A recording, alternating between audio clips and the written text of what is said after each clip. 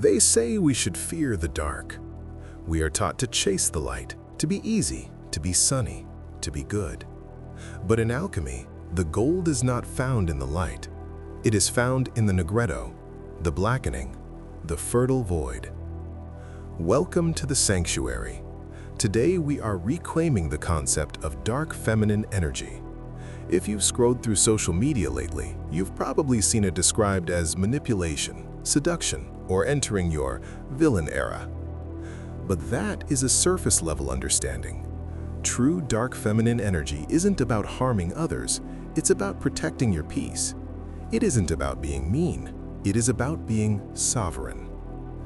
In this video, we are going to strip away the trends and look at the spiritual truth of this energy.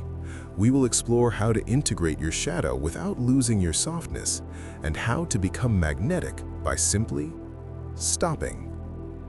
To understand the dark, we have to look at the light. In spiritual polarity, light feminine energy is outwardly focused. It is nurturing, radiant, receptive, and soft. It is the energy of the mother, the maiden, the sun at high noon. The dark feminine, by contrast, is inwardly focused. It is the energy of the womb, the cave, and the moon. It is not evil, it is simply the container that holds the light. While the light feminine asks, "How can I connect?" the dark feminine asks, "Is this connection worthy of me?" True dark feminine energy is grounded in boundaries, truth-telling, and deep intuition.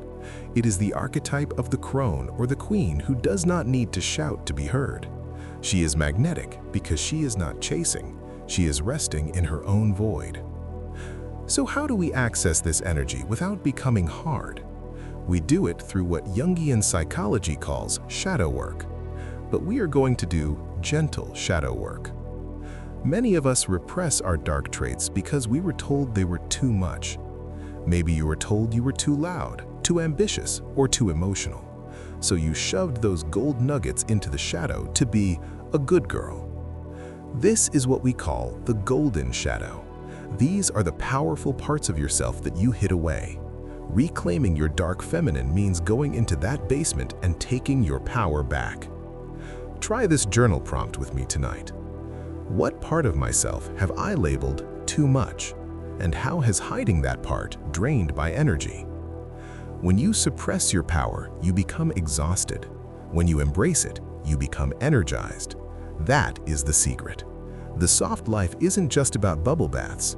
It's about stopping the war against yourself. Finally, let's talk about how to embody this. The aesthetic of the dark feminine is not just about black eyeliner or leather, though those are fun. It is about the texture of your presence. Number 1, embrace the void. Notice that in a room full of people talking, the one who is silent and observing often holds the most power. Practice the sovereign pause. Before you say yes to a favor, pause. Let the silence hang for a moment. That silence is the dark feminine. It signals that your energy is expensive. Number 2, the uniform of depth. Wear things that make you feel contained. Heavy fabrics like velvet, silk, or weighted blankets. Dark colors like black, charcoal, or deep plum act as a psychic shield. They protect your aura from absorbing everyone else's chaotic energy. Number 3, the altar of abundance. If you have an altar, bring in the black and gold. Use black obsidian for protection to block the drain on your energy. Pair it with pyrite or gold to magnetize wealth. The black clears the path, the gold paves it. You do not need to choose between being a good person and being a powerful woman. The dark feminine is simply the root system that allows your branches to reach the light. If you are ready to stop chasing and start attracting, you are ready for the dark. Welcome to your sovereignty.